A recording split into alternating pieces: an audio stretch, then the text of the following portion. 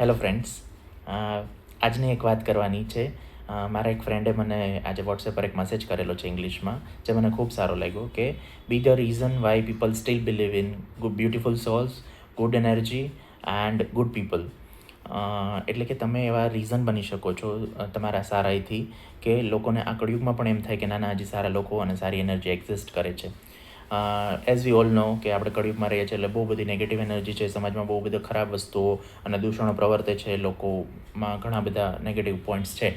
પણ એ નેગેટિવ પોઈન્ટ્સની વચ્ચે જો તમે કંઈક સારું કરી શકતા હોય તો એ ખૂબ જ સારી વસ્તુ ગણાય, કારણ કે તો લોકોને એવું બિલીવ થશે, હજી ભરોસો રહેશે કે ના ના આ દુનિયામાં હજી સારપ છે. લાઈક તમે કાંઈ પણ તમે તમારી આજુબાજુમાં કોઈ નવું વ્યક્તિ રહેવા આવતું હોય કે જે એકદમ અજાણ હોય તો તમે એમને સપોર્ટ કરો છો, આજુબાજુમાં કઈ વસ્તુ ક્યાં મળે છે, અથવા તો એમને કોઈ રસ્તા ખબર નથી, નવા સિટીમાં કોઈ રહેવા આવેલું છે તમારી આજુબાજુમાં તો તમે એમને એ સપોર્ટ કરો છો કે આ સિટીમાં કઈ વસ્તુ ક્યાં મળે છે. તો એ પણ એક કાઇન્ડનેસ જ છે કે you will be the reason કે people believe in good people.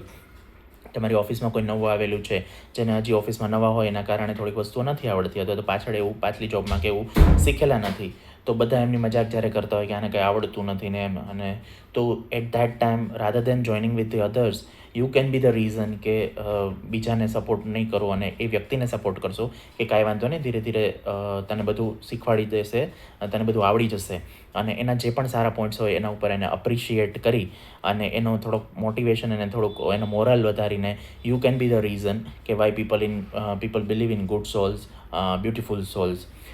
તમે કોઈ પણ શારીરિક ખોડખાપણવાળી વ્યક્તિ હોય જેનો બીજા કોઈ મજાક ઉડાવતા હોય તો એ વ્યક્તિને એક તો પહેલાં એ દ્રષ્ટિએ જોવો નહીં, એને નોર્મલ માણસની જેમ જોવો અને એનામાં જે બીજી સારી ક્વોલિટીઝ છે એને અપ્રિશિએટ કરી અને એનો મોટિવેશન વધારો, એનો કોન્ફિડન્સ વધારો, તો you will be the reason કે why people believe in good energy. તમે ગરીબ અને પૈસાવાળા એવો કોઈ પણ ભેદભાવ રાખ્યા વગર દરેક વ્યક્તિને સેમ ટ્રીટ કરો. તમે તમારો ક્લિનિંગ સ્ટાફ હોય, તમારી આજુબાજુમાં કોઈ પણ એડમિન સ્ટાફ હોય કે તમારી સાથે જે કામ કરતા હોય, બધા સાથે સમભાવ રાખીને બધાને સરખી રીતે ટ્રીટ કરો અને બધા સાથે સેમ લેવલ ઓફ કનેક્શન રાખો, તો you will be the reason કે people believe in beautiful souls, good energy. તમે કોઈ પણ વ્યક્તિ એકદમ માનસિક રીતે હારી ગઈ છે, એમના લાઈફમાં કંઈ પ્રોબ્લેમ છે, તમે એમની સાથે 5 મિનિટ 10 મિનિટ કે સારી વાતો કરો છો, તમે એમને સપોર્ટ કરો છો કે એ બહુ નોર્મલ છે, આ વસ્તુ જે તારી લાઈફમાં થાય છે, એમાં કંઈ હતાશ થવાની જરૂર નથી. અને there will be the time કે જ્યારે સારા દિવસો આવશે તો પ્લીઝ આ બધી વસ્તુઓને તું શાંતિથી રહીને તું અત્યારે સહન કરી જા, બટ ગુડ ડેઝ વિલ કમ.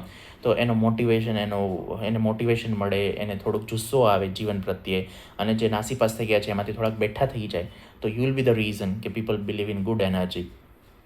તમે મૂંગા પશુ પક્ષીઓને કંઈક ખવડાવો છો, તમારી જે પણ ફાઇનાન્શિયલ કેપેસિટી છે એના મુજબ એમને તમે ખાવાનું આપો છો, તમે કોઈ ગરીબને કોઈ વાર ખાવાનું આપો છો, તો you will be the reason કે people believe in good energy અને beautiful souls. So there are many reasons. અને તમે કાંઈ પણ સરખું કોન્ટ્રીબ્યુટ કરો છો સમાજમાં, સારું કરો છો, તો that is best thing. Because આટલા બધા ખરાબની વચ્ચે સારું કરવું એ that is the I think best thing. So we should always be the reason that people still in Kali Yuga, so people still believe in good energy, beautiful souls. Thank you.